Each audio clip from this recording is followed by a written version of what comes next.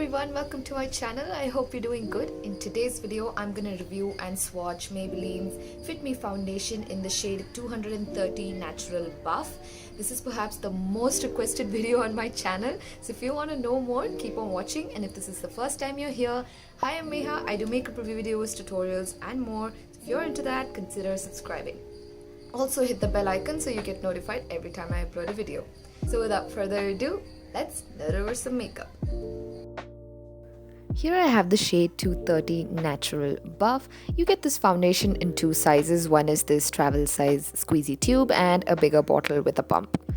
This retails for ₹2.99 and you get 18 ml of product. It has a shelf life of 3 years.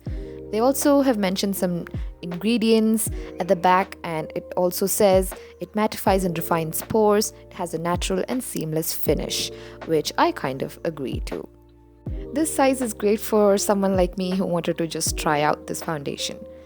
And also one more thing, I have reviewed Fit Me concealers. Do check it out. I'll leave it up above and in below. So yeah, this is what the nozzle looks like, and the first time I used this, it spilled everywhere when I opened it. So just be really careful when you open this. Try not to spill it everywhere. The consistency of this foundation is medium liquidy and it has a very matte finish. I wouldn't really recommend this for people with dry skin. If you moisturize properly, then you can use it. So yeah, it's very easy to blend, gives a natural finish as they've mentioned, and you can use any tools like a blender or a brush to apply this foundation. Anything is fine.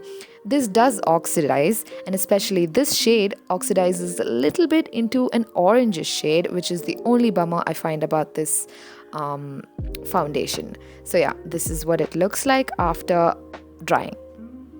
I'm going to take some of that foundation and dot it all over my face, and I'm going to use two tools today. One is this damp makeup sponge from Disguise Cosmetics. It's really easy to blend this out. You don't really need any tools.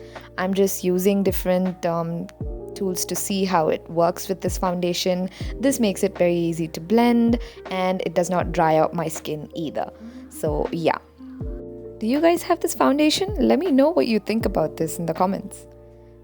Next, I'm going to use Cuffs and Lashes F011 concealer brush to just blend it under my eyes. It's really easy with this.